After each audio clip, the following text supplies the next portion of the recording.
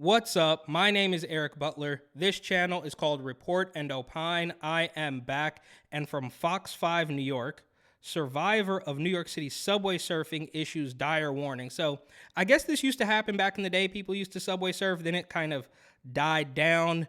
No pun intended. Now it's back. It's going viral. Every couple of weeks you see these videos of these kids riding on top of the train, or maybe they're adults, people. I don't know. It's absolute insanity. A handful of years ago, there was also that hugely popular iPhone game called Subway Surfers. I actually know a guy, friend of a friend, an acquaintance, as it were, who injured himself subway surfing. So this is really happening. It's all absolutely insane, but it is a sign of the times as well, right? As the city devolves into nothing and they care not to control your actions at all, but rather your thoughts at every single turn, things like this happen. That's why they would prefer this. They would prefer the insanity. They would prefer the crime. They would prefer kids ruining a Chinese restaurant because that shows that you're not thinking straight.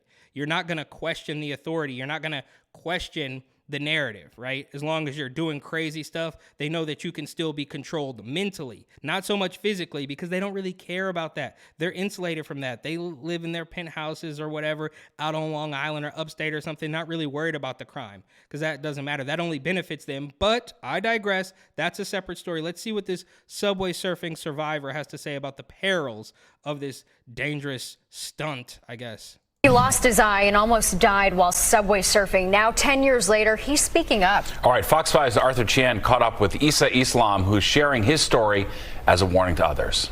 I was seeking adrenaline rush, you know? Even 10 years later, Brooklynite Isa Islam bears the scars of his decision to subway surf back in 2013. Literal scars like the ones on his head, and others like the walking stick he now uses. So he's wearing a mask, right? I guess that's his choice. I don't believe they are forcing him to wear a mask. The reporter's not wearing a mask.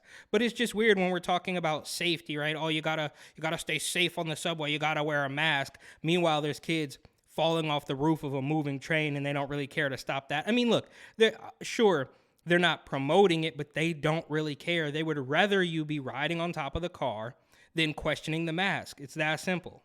Having lost his vision. It's 3 a.m., pitch black, you know, freezing cold. I turn around and high impact slap my face on the subway beam.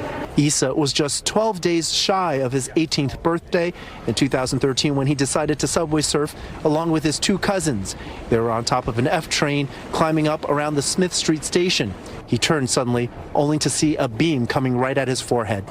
I was fading in and out of consciousness. My eyes are rolling back, just gasping for oxygen. MTA data shows the number of people riding outside trains, from subway surfing to riding in between cars, has exploded, nearly doubling from 490 in the year 2019 to 928 last year. Yeah, see, that's crazy. And like I said, it sort of died down a little bit. So prior to 2019, it probably wasn't more than 490. I would assume, I don't know, maybe that's something to look into, but how does this double like that? It's because the crazy people, the kids, the teenagers, young adults, whatever it is, they're kind of flexing, just like the politicians flex with all their hypocrisy and goalpost moving and whack-a-mole policies and all that stuff, just showing you, because obviously they know how hypocritical it is, or hypocritical, I should say, hypocritic, completely different thing, sorry, but they know what they're doing doesn't make any sense, but it's just to show you that you have to obey and they're in control. And that's kind of what these kids are doing, like we saw with the kids at the Chinese restaurant that smashed it up for no discernible reason. Who really knows? The price of broccoli beef went up. They got shorted a sweet and sour shrimp or whatever the case might be. They had to wait too long for a table, like that Seinfeld episode. Who knows what actually happened? But that's them saying that we know we're in control. There's no laws here. Because, I've said it 100 times already, they would much rather have you act crazy than thinking straight and questioning their agenda and questioning their narrative. Because as soon as, if you're wilding out, if you're behaving like a criminal, you're behaving like an animal, you're riding on top of the train,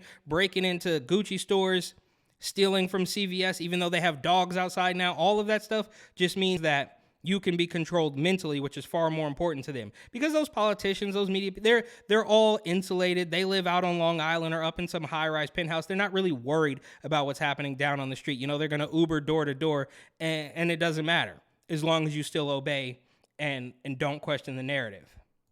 The explosion corresponds to social media trends, and the MTA has reached out to social media companies asking them to take these videos down.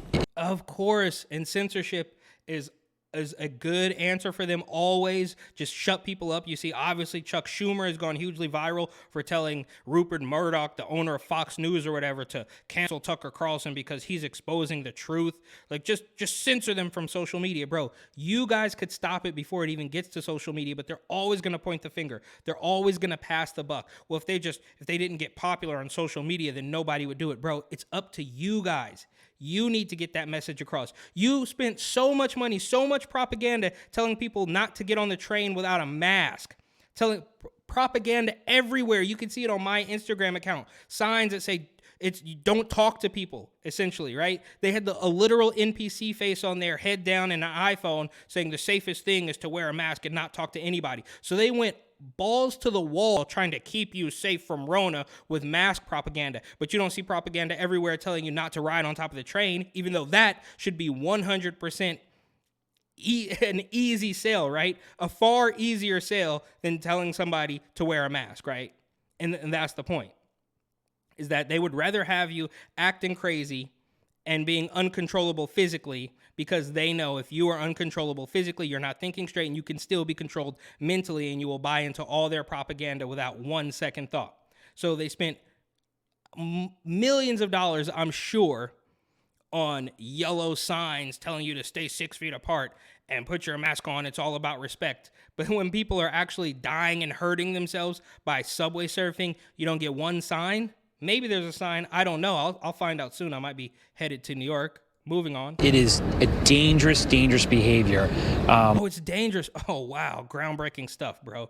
Richard Davey, he's going to tell us that riding on top of a moving subway car is dangerous. Who would have thunk? People have lost their lives, families have lost loved ones, and our employees have experienced trauma as a result. ISA is urging the MTA to look at how technology might help here. For instance, could they install sensors on top of subway cars? In the absence of that, he has a very simple and clear message for anyone who would consider subway surfing, and it is the same message he would send to himself 10 years ago. Don't subway surf. It's not worth your life. Life is precious. It only comes, once, and to take a chance and go up there, you're really, really gambling with yourself. A life lesson best learned by not doing. In Kensington, Brooklyn, Arthur Chien, Fox 5. Yeah, I mean, that's crazy. It goes without saying, right? But I guess this is how dense New Yorkers are, is that they have to be told. And look, I'm not saying that everybody's riding on top of the train. That's obvious. But it's like, how dumb do you have to be, right?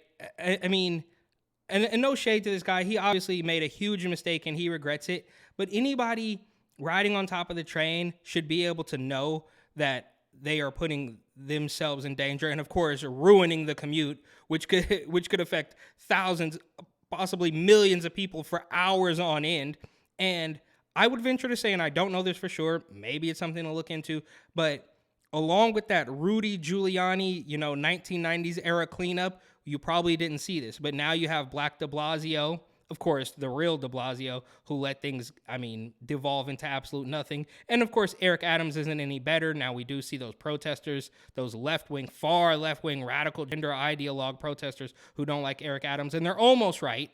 It's correct. Eric Adams is a bad guy, but they are completely wrong as to why. But that's a different story. As always, I digress. So shout out to this guy. He's learned his lesson the hard way. Hopefully everybody else will, because I don't really care as much about, who's going to lose a leg or bash their head in.